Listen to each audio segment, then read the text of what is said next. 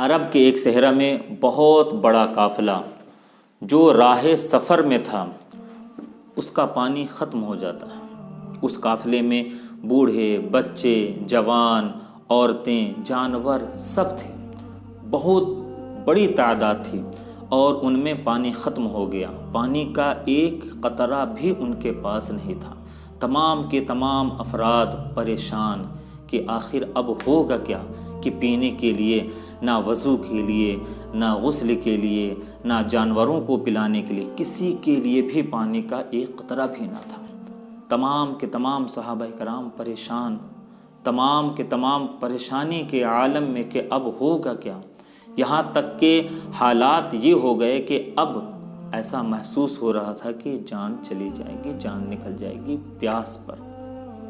ناظرین کرام، تمام لوگوں نے دل سے آقا صلی اللہ تعالی علیہ وسلم کو یاد فرمایا، دونوں عالم کے مالک و مختار سیدی ابرار و اخیار شہنشاہ ذی وقار حضور احمد مجتبیٰ محمد مصطفیٰ صلی اللہ تعالی علیہ وسلم کے پاس سب حاضر ہوئے اور آ کر اپنی تمام پریشانیاں بیان کیے۔ آقا صلی اللہ تعالی علیہ وسلم نے فرمایا کہ گھبراؤ نہیں، پریشان نہ ہو۔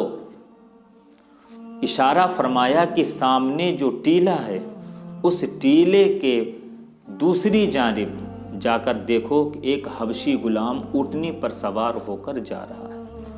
ایک حبشی غلام اونٹنی پر سوار ہو کر جا رہا ہے، جاؤ اور اسے اونٹنی سمیت میرے پاس لے کر آؤ۔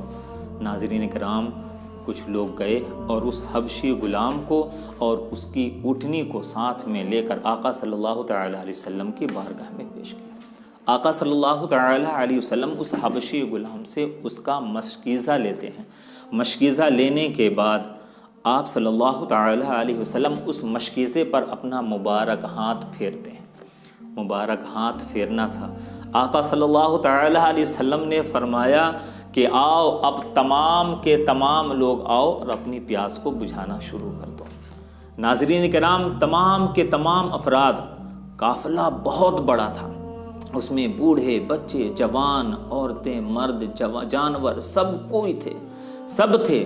سبوں نے اپنی پیاس بجھائی اور ساتھ ہی ساتھ میں ان کے پاس جو مشکیزے، جو برتن تھے، تمام برتنوں پر بھی پانی بھر لیا۔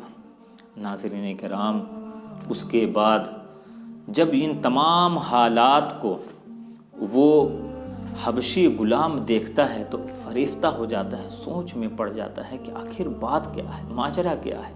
وہ آقا صلی اللہ تعالی علیہ وسلم کو دیکھتا ہے بڑے غور سے اور سوچ میں پڑا رہتا ہے۔ آقا صلی اللہ تعالی علیہ وسلم اس حبشی غلام کو پاس بلاتے ہیں اور بلانے کے بعد آپ اس کے چہرے پر اپنا مبارک ہاتھ پھیرتے ہیں۔ ہاتھ پھیرنا ہوتا ہے کہ اس کا جو سیاہ چہرہ، اس کا جو کالا چہرہ ہوتا ہے، وہ خوشنما اور خوبصورت اور چمکتا ہوا چہرہ ہو جاتا ہے۔ جب وہ اپنی یہ حالت دیکھتا ہے تو آقا صلی اللہ تعالی علیہ وسلم کے قدموں میں گر جاتا ہے اور پکار کر کہتا ہے کہ مجھے اسلام میں داخل کر لیجئے۔ کلمہ پڑھتا ہے، لا الہ الا اللہ محمد رسول اللہ صلی اللہ تعالی علیہ وسلم۔ ناظرین کرام، کچھ لوگ کہتے ہیں کہ نبی سے کیوں مانگتے ہو؟ یاد رکھیے، صحابہ کرام کو جب کوئی مصیبت آتی تھی، صحابہ کرام کو اگر کوئی پریشانی یا کوئی مصیبت آیا کرتی تھی تو آقا صلی اللہ تعالی علیہ وسلم کی بارگاہ میں حاضر ہوا کرتے تھے۔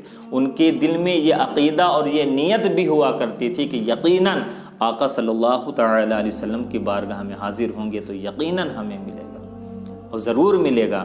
اور اللہ تبارک و تعالیٰ کی عطا سے آقا صلی اللہ تعالی علیہ وسلم عطا بھی فرمایا کرتے تھے۔ فریاد امتی جو کرے حال زار میں، ممکن نہیں کہ خیر و بشر کو خبر نہ ہو، ممکن نہیں کہ خیر و بشر کو خبر نہ ہو۔ اور صرف اتنا ہی نہیں کہ ایک مرتبہ تو مدینہ منورہ میں قحط سا عالم پڑ گیا، بارش ہی نہ ہو رہی تھی، چاروں طرف سوکھا پڑا ہوا تھا۔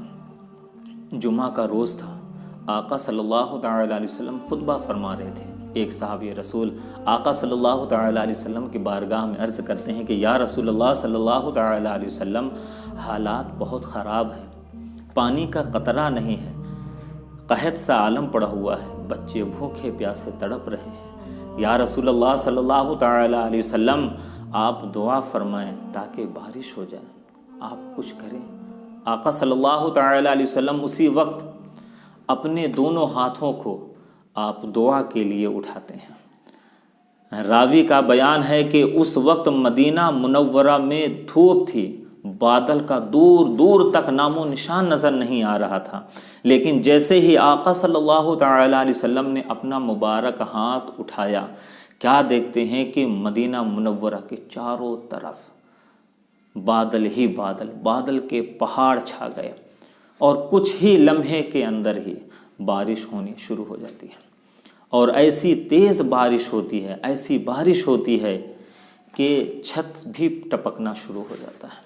اور یہ بارش ایک دن نہیں، 2 دن نہیں، 3 دن نہیں، بلکہ 7 روز تک بارش ہوتی ہی رہتی ہے، یہاں تک کہ دوسرے جمعہ کا وقت قریب آ جاتا، دوسرا جمعہ آ جاتا ہے۔ آقا صلی اللہ تعالی علیہ وسلم خطبہ فرما رہے تھے، پھر ایک صحابی رسول، پھر وہی صحابی رسول آقا صلی اللہ تعالی علیہ وسلم کی بارگاہ میں عرض کرتے ہیں کہ یا رسول اللہ صلی اللہ تعالی علیہ وسلم بارش بہت زیادہ ہو گئی، آپ دعا فرما دیں تاکہ بارش رک جائے، مکانات گر رہے ہیں، نقصان ہو رہا ہے۔ آقا صلی اللہ تعالی علیہ وسلم نے اپنا مبارک ہاتھ اٹھایا اور دعا فرمائی، اور آپ نے اشارہ بھی فرمایا کہ مدینہ منورہ کے ارد گرد بارش ہو، اور جدھر آپ نے اشارہ فرمایا انگلی سے وہاں پر بارش نہ ہو۔ عزیزان محترم، راوی کا بیان کہ جہاں جہاں آقا صلی اللہ تعالی علیہ وسلم نے اشارہ فرمایا وہاں وہاں بارش رک گئی، اور اس کے ارد گرد بارش ہونی شروع ہو گئی۔ یہ آقا صلی اللہ تعالی علیہ وسلم کی شان ہے کہ آپ کی بارگاہ میں جو بھی آیا، جس حال میں آیا اور جیسا اس نے مانگا بالکل ویسا ہی پایا۔